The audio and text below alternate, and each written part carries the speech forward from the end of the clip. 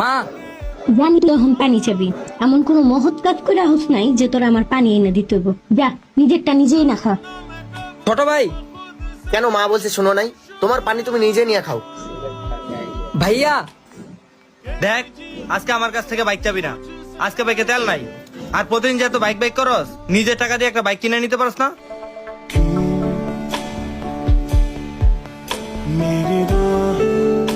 আমি তো তোমাদের বলতে চাইছিলাম আজকে আমার প্রথম স্যালারি হইছে।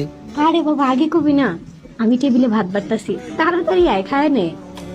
আরে ভাই আগে বলবা না? তুমি বসো বসো, আমি ফ্রিজ থেকে তোমার জন্য ঠান্ডা পানি নিয়ে আসছি। আরে আগে কবি না?